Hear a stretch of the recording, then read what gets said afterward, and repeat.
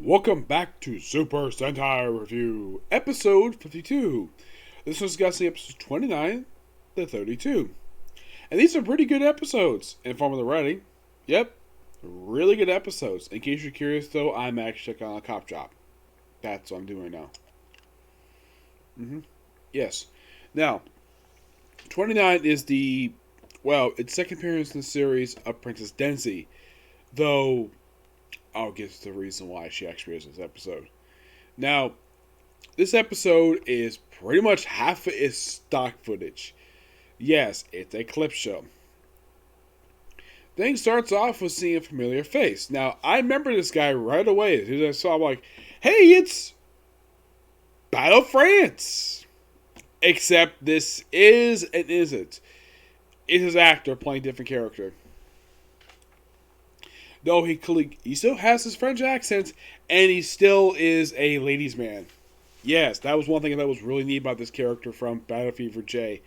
Yeah, great to see him again, and I thought that was really weird, though. Like, they have Brian here, he's an old friend of Denzi Red's, which, why couldn't you say he's no friend of Denzi Blue? Oh, wait. He has got several old friends, but Denzi Red, I guess the reason why, because Denzi Red doesn't have many old friends, so make him no friend of Denzi Red, because Denzi Blue, oh my gosh, seems like almost half the cast practically is old friend. As a matter of fact, an old friend of his shows up in episode, I believe it's episode 31. Yeah, it was actually episode 31, an old friend of his anyways. Yeah, so with this one, we have, the actor who plays Battle France. Now, this is something I thought as though, okay, we bring him back in here, he plays a different character, and we reuse a plot thread from an episode of Battle Fever J. And you're thinking, what plot thread? Why, it's the psychic detective thing. Except this one's not an international celebrity like Beagle was from Battle Fever J. It's very similar. Except this guy does kind of play a role in this episode. Like what happened at Fever J, the guy is, kind of brainwashed, though at least is not turning into a monster like he does, like the other one. Though at least this one is actually closely knowing who the actual, character really is. So, it turns out he has psychic abilities because he's a descendant of the Denzis. Yes, of Denzians. He's a descendant, which I'm like, wow, this is something, which makes him the third one ever. And the thing is, he used the same trick that the Beagle used from Battle Fever J. Use get this, a Kodak Polaroid, smack, and prints out a picture. Yep, prints out a picture.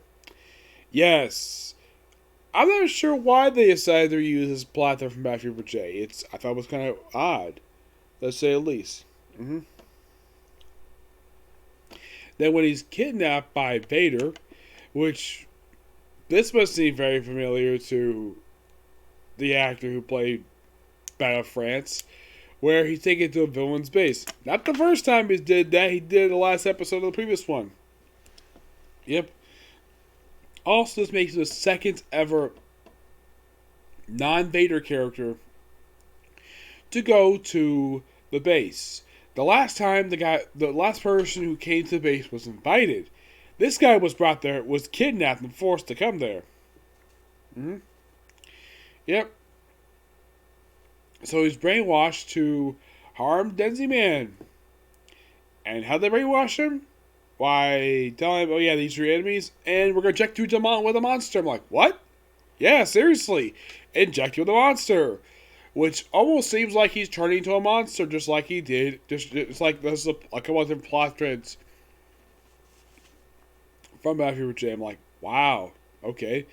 Eventually, of course, after trying to shoot at Denzi Red, he's able to come to his senses after being, apparently through the end of the episode, he came to his senses and being punched in the face by him. And the monster apparently takes the form of a cotton ball, which I thought was kind of weird. Like, why would you shoot a cotton ball in the mouth? Yeah, and the guy is defeated, and that's that. I mean, it has good writing this episode. That's one thing at least I got praised for this episode. And I'm only 3. Well, actually, the next episode is an odd episode. But 31, 32 got great writing with them. Mm-hmm. Yep. But next we kind of have a Denshi Red episode. The next one is another Denshi Red episode where we have these 3 guys. But one of them does come back from some Vulcan to play like he plays like a supporting character. I guess the people who made this one apparently like the actor so much they brought him back. And we have him and his co-workers who are in fact thieves. Now there's one guy who's tall, so he's got a really big head. And he referred himself as Gentleman Thieves. Oh, before I continue, the thing with episode 29 is it's considered to be the 200th episode of Super Sentai. Yeah, 200 episodes. Wow. Even though I haven't covered not Go-Go. Even though I haven't covered, what was it? It was Go Ranger yet, but yeah, 200 episodes. Congrats for that. Yeah, this one is just like, oh, let's have 3 random guys who know each other discover a data plot in order to get some gold and have them randomly run into one of the Denshi Rangers. And of course, this Denshi Red they run into, well, he just stumbles into it. He's curious, like, what the heck is going on here? And it turns out these guys are in fact thieves. So these are gentlemen thieves. I'm like, okay. Yeah, and eventually at the end, after the monster's defeated, they're serving hard labor. Do they tell their coworker, who apparently it's implied that one of them has got like a thing for it. He's like 3 brothers. And it's implied one of them got, at least maybe all 3 of them got a thing for her. But, like, okay, so they lied to her about going to Europe, and of course Denshi Reyes could possibly take care of her. She'll spare after this ever again. Nope, and where do they go? They go to Europe? No, they go to prison. To serve time for stealing stuff. And they mention about the narration, like, oh yeah, we're going to release soon. Really? You just got into prison, and yet you're going to release soon. I don't get it. Yeah, it's an odd episode, but it's not exactly something noteworthy to talk about. I mean, aside from the fact we got to think about another dimension, aside from that, there's nothing really interesting about episode 30. 31 is a really cool episode. Another episode where we have an old friend of Denshi Blue, like, wow, it's like several of them. This time it's a magician, not someone from a circus. Oh no, this actually is a magician who basically he looked up to as a father figure, and the earler, yes, that's the monster of the episode, who was a giant freaking ear, and he proclaims himself to be the greatest magician in the universe, and he wants this particular guy, who turns out he's actually the father of the woman who appears in the episode, which he actually died not long after this. Yeah, apparently he died. The actor died after this, which was interesting. And the woman who appears in the episode as the daughter, she's an actual magician. It's what she does for a living. Like, okay, interesting. Yep. So they want him to saw Denshi Blue in half. The old man says no, so they kill him in a practice for a trick, and then after like a few attempts to have the daughter, well, kill Denshi Blue, like first turn her old, and she basically stops her by smashing the mirror. After exploding candy, which of course the little kid realized that was an accident. She had no idea those candy was going to explode. Eventually, she is convinced, but this is something the episode does not explain. Like, okay, so we have Denshi Blue just relaxing about to be played by Cut Head, like, oh no! And then, of course, you think he's dead. Like, nope, fooled ya. Yeah, they actually put this plot there also for next episode as well. So they have feeding the monster, and apparently the old man's plan was to get this magic caravan. Basically go to the countryside and form magic from kids. I'm like, okay, that's actually quite nice. I don't know if he get much money from it, but okay. This episode's actually pretty good. Now, in the case of the following episode, We have a Vader Hitman. Well, actually, first start off with apparently Denzi Yellow has made a knockout gun, an energy knockout gun, which does come to play a couple times later on in the episode. Which I'm like, wow, who knew that something? Now, Denzi Yellow is noteworthy a scientist, but he's never done anything science-wise prior to this very episode. Oh no, he never did, and apparently knocks out Denzi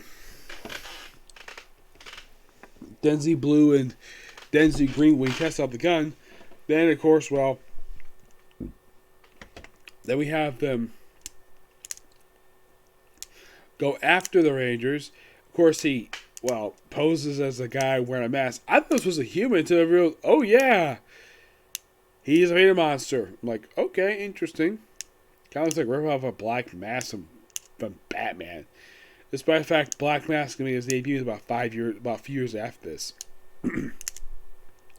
Yes, so you think he'll Denzi Green, heck, even have his old colleague mourn over apparently his death. But nope, it turns out it was a lie. And of course the guy gets punched by her at the end of the episode. Which here, I thought this was so funny. Well, I think it was Denzi Red says, hey, you want to apologize to her? Why don't you marry her? And she's like, why would I marry this crazy woman? And she's like, I refuse. I mean, it's obvious these two got things for each other. I don't know if it really went anywhere, but it would be quite interesting about that. I have noticed, though, she stopped wearing the original outfit she was wearing at the start of it. She was switched to more of a summer attire, probably because of the weather. The monster himself is defeated by the very end. Heck, because apparently, get this monster has got a dartboard on it, so the Denziman in their Denzi fighter actually summon darts and they throw it at him, and what if it actually hits a bullseye? I'm like, that is so cool. Yep. But yeah, really good set of episodes, and I can't wait to discuss next 4. After these 4, it'll be a new character showing up. Now, that's it for Cyclo View. Next one's going to be Shaman King, and then 4 more Denziman episodes. Okay? So next video. Bye.